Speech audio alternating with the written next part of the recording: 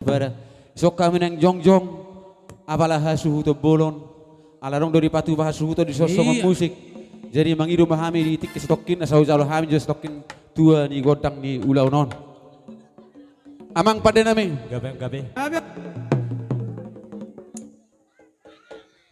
paridah na suksuk pertarias nama lo sok kami noaeng hasuhu to bolon marga si manukali na pos rak doh boru bere nangi bebere neng majalo mahami di tua di ulau nami di bagasa sadarion alani amang jumolo maju alu hodamang Gabe. tua mata di bata si topa nasana adong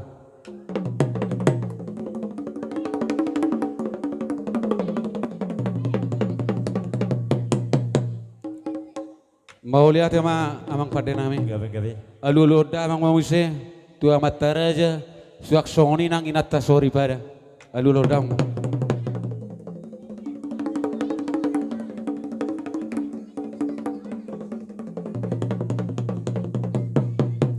mau lihat ya mak alu loda mamuse tu situan na torop na liat na lolo narong dengan anon alu loda mak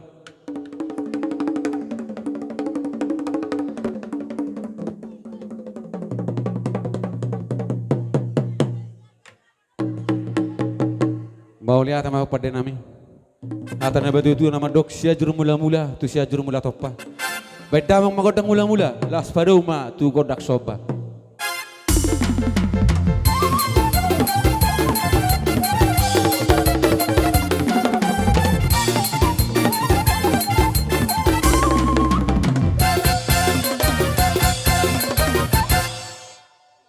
Jadi, kami sana bang, lang mga liat nama kita.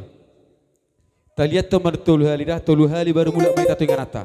Dung mga liat tolu hali mula to ingana, jong dengan na beda. Siap, oke. Amak pada nami. Asal liat panggabian, liat nang parhorasan. Dihami namar dongat tubuh, si manukali na pos boru bere nang ibebere. Tar lumobi hasil hutop bolo diso. Beda ma godang liati. Macam bang. Tolu hali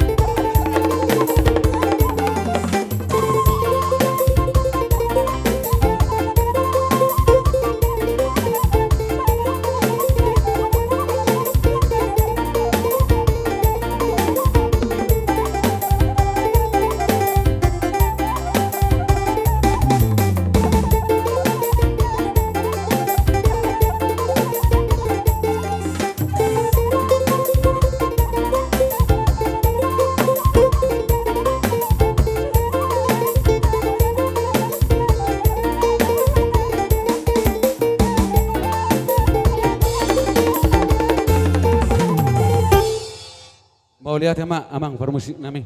Nunga dia kamu be godang